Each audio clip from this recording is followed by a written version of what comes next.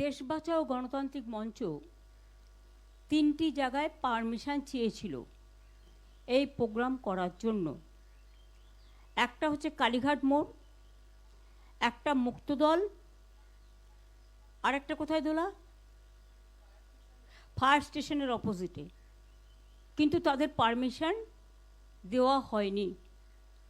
তখন আমি ভাবলাম, ছোট্টবেলা থেকে আমাদের হাতে খড়ি যখন থেকে হয়েছে তখন থেকে রবীন্দ্র নজরুল এইসব জয়ন্তী, গান্ধীজি বলুন, নেতাজি বলুন, ভগৎ সিং বলুন, আমরা পালন করে আসি। তো আজকে এমন কি ঘটলো যে রবীন্দ্র জয়ন্তী পালন করার পারমিশনও নেই। তখন আমি ভাবলাম, আমার এখানে অনেকটা জায়গা আছে আমার অফিসের সামনে, যেটা আজকের নয়, চিরকালই এটা আছে, তো এইখানে বসে কেন হতে পারে না। সেইটা ভেবেই আজকে সকালবেলা দুটো চৌকি কিনলাম। সব ডেকোরেটরদের মানা করে দিয়েছে যাতে কেউ কোনো চৌকি টৌকি না দেয়, প্যান্ডেল না করে। এগুলো যা দেখছেন সব আমরা নিজেরা করেছি। সকালে দুটো চৌকি কেনা হয়েছে, মাইকের বক্স থেকে শুরু করে আমরা নিজেরা অ্যারেঞ্জ করে নিয়েছি। টোটাল একটা স্বৈরাচার কণ্ঠকে স্তব্ধ করার একটা প্রচেষ্টা।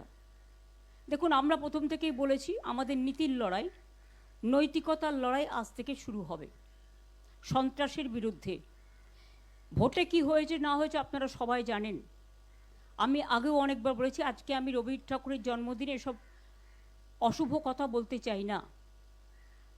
আমাদের শুভ শক্তির উদয় হোক এবং মানুষের মঙ্গল হোক। আমরা সবার মঙ্গল কামনা করে কথা নিশ্চয়ই বলবো। বিশ্বকবি আমাদের ভালোবাসার কথা শিখিয়েছেন, প্রেমের কথা শিখিয়েছেন, মাথা উঁচু করে দাঁড়ানোর কথা শুনিয়েছেন, আমি ভয় করব না, ভয় করব না গান গেয়েছেন, প্রাণ ভরিয়ে তৃষা হরিয়ে আরও আরও দাও প্রাণ শিখিয়েছেন। কবিগুরু আমাদের শিখিয়েছেন চিত্ত যেতা ভয় শূন্য, উচ্চ যেতা শির। কবিগুরু আমাদের শিখিয়েছেন বাংলার মাটি বাংলার জল। কবিগুরু আমাদের শিখিয়েছেন হেমর তীর্থ পূর্ণ চিত্তে জাগরে ধীরে, এই ভারতের মহামানবের সাগর তীরে। কাজে এই সংস্কৃতিকেই আমরা রক্ষা করে চলব, এটাই আমাদের রক্ষা কবচ। আমি আজকের দিনে যারা এসছেন, বিশেষ করে সব বিশিষ্ট মানুষদের,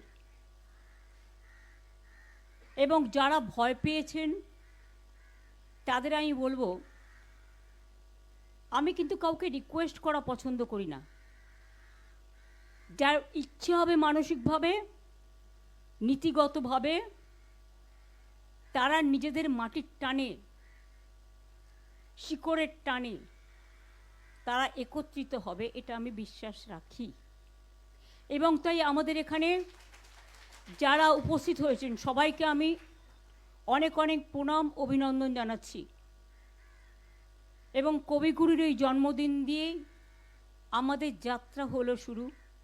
ওগো কর্ণধার তোমারে করি নমস্কার, রাস্তাই আমাদের রাস্তা দেখাবে। আমি আজকে যে সন্ত্রাস চলছে বাংলার মামাটি মানুষের ওপরে, আমাদের কর্মীদের ওপরে লাগামহীন বলগাহীন সন্ত্রাস চলছে। এমনকি আমার বাড়িতে একটি মেয়ে থাকে, তপশিলি মেয়ে, তার বাড়িতে তার 92 বছরের বৃদ্ধা মাকেও সরিয়ে দিতে হয়েছে, কারণ বিজেপির উন্মত্ত তাণ্ডব বাহিনী সেখানে উপস্থিত হয়ে নতুন একটি গৃহবধূ এসছে, তাকে বলা হয়েছে তাকে নির্যাতন করা হবে। ভয়ে রাত 3টে তারা বাড়ি ছেড়ে চলে গেছে। অনেকের বাড়ির সামনেই হোলিগানিজম করছে, বেনো জল ঢুকে গেছে অনেক। যাদের না আছে তারা ড্রাঙ্ক অবস্থায়, এবং পুলিশ টোটাল সাইলেন্ট। আমি কিন্তু মনে রাখবেন 2011 জেতার পরে আমি কারোর ওপর কোনো অত্যাচার করতে দিইনি। এবং আমি নিজে, তখনকার তদানীন্তন চিফ মিনিস্টার ছিলেন বুদ্ধদেব বাবু, আমার নিজের বুলেট প্রুফ কার্ডটা তার কাছে পাঠিয়ে দিয়েছিলাম এবং Z+ সিকিউরিটি দিয়েছিলাম। আর ওরা যেদিন থেকে জিতেছে সেই দিন রাত্রি থেকে আমাদের সব সিকিউরিটি উইথড্র করেছে। এমনকি গত পরশু দিন আমি অবাক হয়ে গেছি যখন দেখলাম আমার ফোন আসছে না, মেসেজ আসছে না, আর কেউ আমাকে ফোনও করছে না। তারপরে দেখলাম ইন্টারনেটটাই উইথড্র করে নিয়েছে। আরে আমাকে একটু 1 ঘন্টা আগে জানাতে পারতো। আমি তো চাই ওরা উইথড্র করুক, আমি ওদের দয়া নিতে চাই না, আমি কারো ক্ষমা ভিক্ষে চাই না, আমি কারো সহানুভূতি চাই না। কারণ লড়াইটা আমরা জিতেছি, এটা মাথায় রাখবেন। আমাদের হারানো হয়েছে, এটাই অতীব সত্যি, আগামী দিন প্রমাণ হবে। দিল্লির অল ইন্ডিয়ার সব লিডাররা আমার সাথে যোগাযোগ করেছেন। আমি তাদের, সোনিয়াজি কথা বলেছেন, রাহুল গান্ধী কথা বলেছেন, খার্গেজি কথা বলেছেন, উদ্ধব ঠাকরে আমাদের মেসেজ পাঠিয়েছেন, তেজস্বী মেসেজ পাঠিয়েছেন, অখিলেশ নিজে এসে ঘুরে গেছেন। এছাড়াও হেমন্ত সোরেন থেকে শুরু করে কেউ বাকি নেই। কাজেই আপনাদের, ইভেন অরবিন্দ বলেছে, আমি নিজ জীবনে এত কষ্ট পাইনি যখন আমি নিজেও হেরেছি, এটা হারানো হয়েছে। আমি তাদের সকলকেই মিটিং থেকে কৃতজ্ঞতা জানাই। এবং আপনাদের কাছে একটা কথা বলি, সংখ্যায় হয়তো বেশি লোক এখন পাবেন না, তার কারণ সবার বাড়ি আটকে রেখে দিয়েছে, নয় ভয় দেখাচ্ছে, নয় চুরি করে নিচ্ছে, নয় ডাকাতি করে নিচ্ছে, এমনকি কিছু গুন্ডা বাহিনী। আপনাদের আমি কি বলবো, পরশুদিন মহুয়া মিত্র আমাদের সাংসদ কলকাতা থেকে দিল্লি যাচ্ছিল প্লেনে, সেখানে দেখছে দিল্লিতে যাচ্ছে, কলকাতা থেকে যারা লিগিং করতে এসেছিল তারা ফিরে যাচ্ছে। তারা ওখানে ওকে এত অশ্লীল ভাষা বলেছে, ভিডিও আমাদের কাছে আছে, ওর সঙ্গে সঙ্গে ব্যাক করে চলে এসছে। বললো দিদি আমি তর্ক করতে গেলে আমি চাইনি ওদের সাথে কোনো বিতর্কে জড়াতে। আমি বললাম ভালো করেছো, এভিডেন্স কিন্তু আমাদের কাছে সব কিছু আছে, নিশ্চিন্তে থাকুন।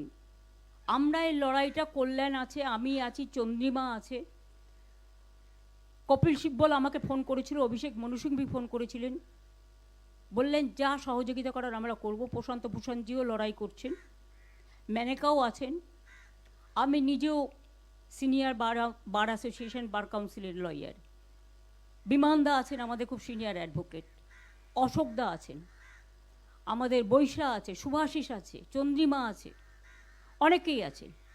আমাদের লড়াই আমরা করতে জানি, আমরা এটা করে নেব। কিন্তু এখন যেটা আপনাদের আমি বলবো যে এই সিচুয়েশনে যখন চারিদিকে সন্ত্রাসের একটা বজ্র নিঘাত চলছে, বজ্রপাত, সেখানে ভয় না পেয়ে আমি বাংলার যত রাজনৈতিক বিরোধী দল আছেন, তৃণমূল কংগ্রেসে থেকে আমি আবেদন জানাচ্ছি, যদি মনে হয় আবেদনটা গ্রহণযোগ্য করবেন, তা নাহলে করবেন না, এটা আপনাদের অধিকার। কিন্তু আবেদন জানাতে তো কোনো অসুবিধে নেই। সহ সমস্ত ছাত্র সংগঠন, যারা বিজেপির সংগঠনের দ্বারা এসইউসির ছেলেদের আপনারা দেখেছেন, ছেলে মেয়েদের কলকাতা ইউনিভার্সিটিতে কিভাবে মারা হয়েছে, সহ সমস্ত স্টুডেন্ট ইউনিট, ছাত্র যৌবন, এনজিও, বিজনেসম্যানরা করবে না, বিকজ তাদের ইন্টারেস্ট আছে, ভেস্টেড ইন্টারেস্ট আছে, কিন্তু সাধারণ মানুষ আসবেন। তাদের সবাইকে নিয়ে আমি বলবো জোট বাঁধুন।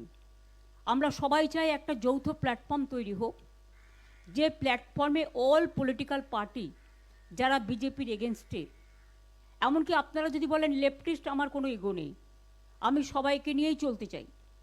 এবং আজকের যা অবস্থা, বিজেপিকে যদি রুখতে হয়, লেফটিস্ট সবাইকে, আল্ট্রা লেফট সবাইকে, আমাদের তৃণমূল কংগ্রেস আমরা কথা দিচ্ছি, ন্যাশনাল পার্টি সবাইকে, যার যতটুকু শক্তি আছে, দিল্লিতেও যেমন আমরা লড়াই করব, তেমনি বাংলাতেও আসুন আমরা জোট বাঁধি।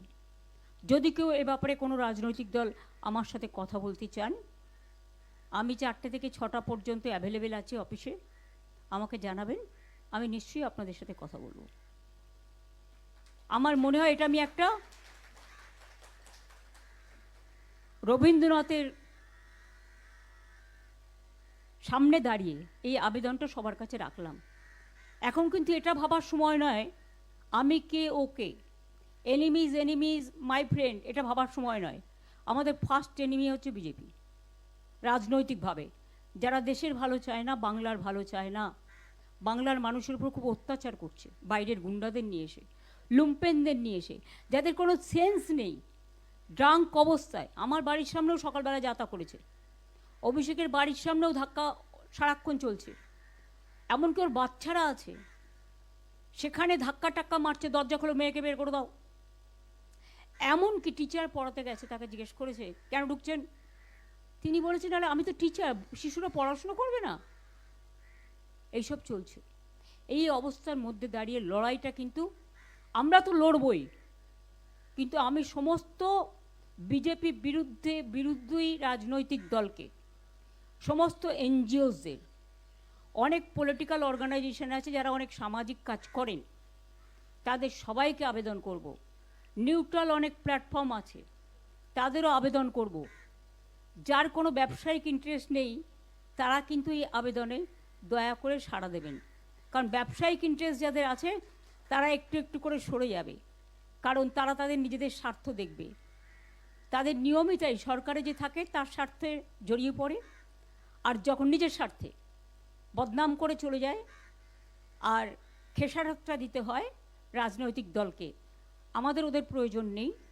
যারা যেতে চায় তাদের যাওয়ার জন্য আমি অনুমতি দিচ্ছি, যারা থাকতে চায় এবং নতুন করে আসতে চায় তাদের আমি আবেদন জানাচ্ছি, আহ্বান জানাচ্ছি। আমি এইটুকু বলে আমি প্রথম সঙ্গীত করবার আগে তোলা লিস্টটা কোথায়? কল্যাণ বসো, তোমায় গান গাইতে হবে। প্রথমে আমি সুমন ভট্টাচার্যকে বলছি, তারা অনেক লড়াই করেছেন নিউট্রাল প্ল্যাটফর্মে থেকে, এটাও নিউট্রাল প্ল্যাটফর্ম। আপনারা দেখছেন সময় বাংলা, সময়ের সাথে সবার পাশে।